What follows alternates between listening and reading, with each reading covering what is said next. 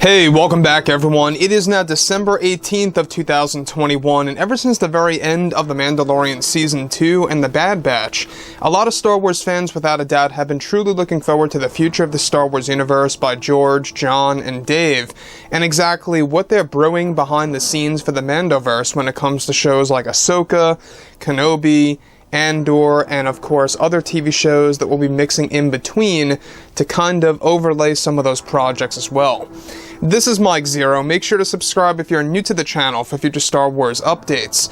Also, by the way, guys, I am on Twitter at Mike01 if you guys want to go ahead and give me a follow on there. I do post a couple of entertaining things from time to time, and make sure to interact with you guys further.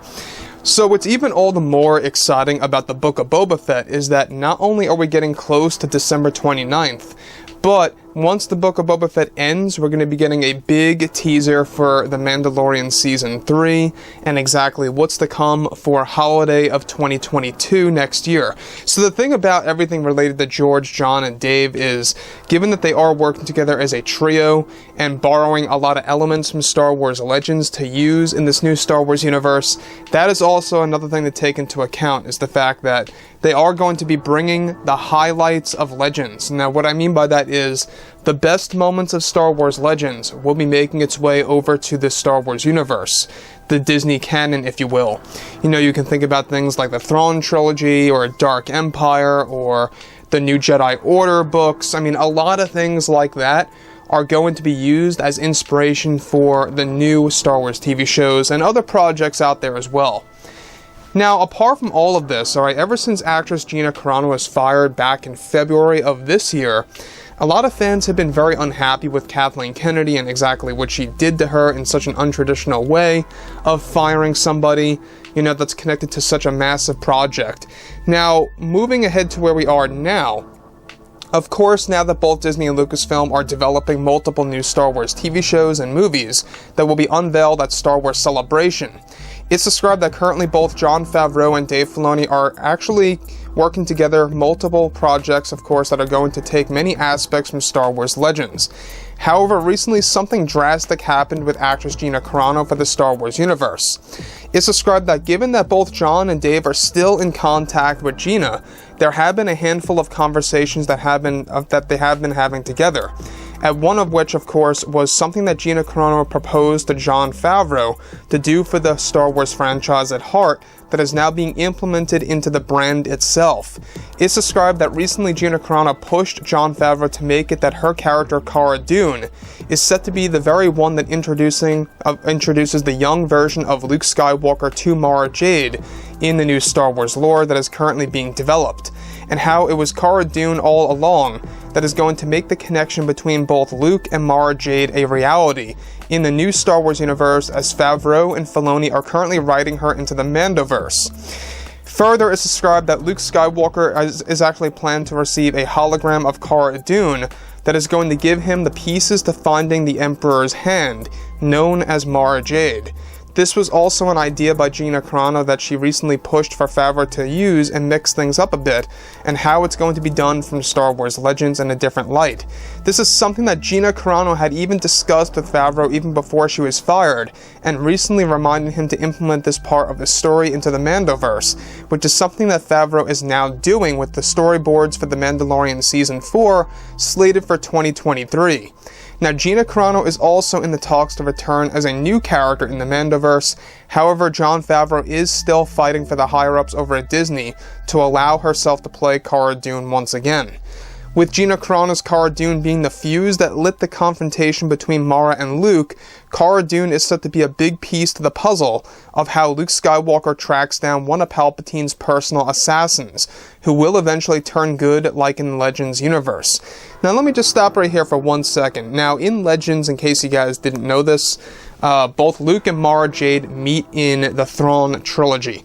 And I think that's why a lot of fans really love the Thrawn trilogy so very much. When you go ahead and jump back to where we are now, that's basically what the Ahsoka Tano show is going to be. It's going to be the Thrawn trilogy. And the Ahsoka series is a part of the Mandoverse at large. You know, of course you have overlaying TV shows like Kenobi and Andor that are not really a part of the Mandoverse, but they will hold connections, if you will, to the actual Mandoverse, even though they are completely separate from different points in time. There will be connections in there. So, moving on from that, Gina Carano also pushed Favreau and Filoni to use this concept of Luke Skywalker's son in the new Star Wars universe, as she knows what the fans want to see in the Star Wars world. This is something that Gina had mentioned to John while he was writing Season 2 of Mando, and also recently brought this up to him, as now, of course, Favreau is also involving that in the second half of Season 4 that he is planning. Favreau plans for the 4th season of Mando to make it the finale, with way more episodes than usual, that will have multiple time jumps in between certain episodes of the series. Both Carano and Favreau agreed that this is a great format to use for Mara and Luke's son to become canon, as the hardcore fans love the side story for Luke Skywalker that will now become a reality. Now here's the thing about the Mandoverse, right? Now, The Mandalorian Season 4, we talked about this a couple of weeks ago, that what they are planning to do is that, yes, it will mark itself down as the finale of the Mandalorian story, and the actual Season 4 of Mando is not going to be called Season 4, if that makes sense. They're going to basically give it its own title. It's going to be The Mandalorian with a subtitle underneath it. Kind of like how you have, Boba Fett series as The Book of, and then it has Boba Fett under there. Basically, they're creating a title like that, where it's going to be The Mandalorian, and a couple of words underneath it that's going to explain the overall approach to the story. It could very well be something that's going to market the fact that Mandalorian Season 4 is going to be more of an ensemble, more of a group, or something Avengers-esque, where you have all these characters now banded together and going about their separate ways, pairing up with other characters, and going on different journeys. That, to me, is very interesting, and I kind of like that approach, and it makes sense because, hey, at the end of the day, Favreau has been a part of the MCU. He is the very guy that also wrote Iron Man and really kickstarted the MCU, so we got to give him a lot of credit. Now, when we go ahead and look at everything related to Gina Carano being the one that really kind of brought things into fruition for John to actually get this thing going, of Mara Jade getting introduced into the Mandoverse for Season 4, as well as creating a tease for her in Season 3 that's going to be coming out next year. Now, we already know that Karen Gillan is already slated to actually play the character of Mara Jade, and that's another thing. A lot of fans over the years have always been wondering who could really play Mara Jade, and the reason as to why, obviously, Karen Gillan probably was chosen is because Jon Favreau, given that he does know a lot of people a part of the MCU, a lot of directors, writers, creators, that's probably how he got that connection between himself and Karen Gillan. Now, the overall thing about the Mandoverse, alright, we already know that Ahsoka, Mandalorian Season 3, and Season 4, they're all going to really work together as this big story that's going to take a lot of chunks from the Thrawn trilogy books. So I do suggest, if you guys haven't already, go ahead and read up on those books, even though they are not canon. It will kind of allow you to see all of the inspirational pieces getting thrown into Mando Season 3, the Ahsoka Tano series, and Mando Season 4. That, to me, I think is going to be very beneficial to the fans if you read up on those books. I don't know if you guys like reading, but it is a very good story, and I do suggest it. So overall, guys, drop a comment below.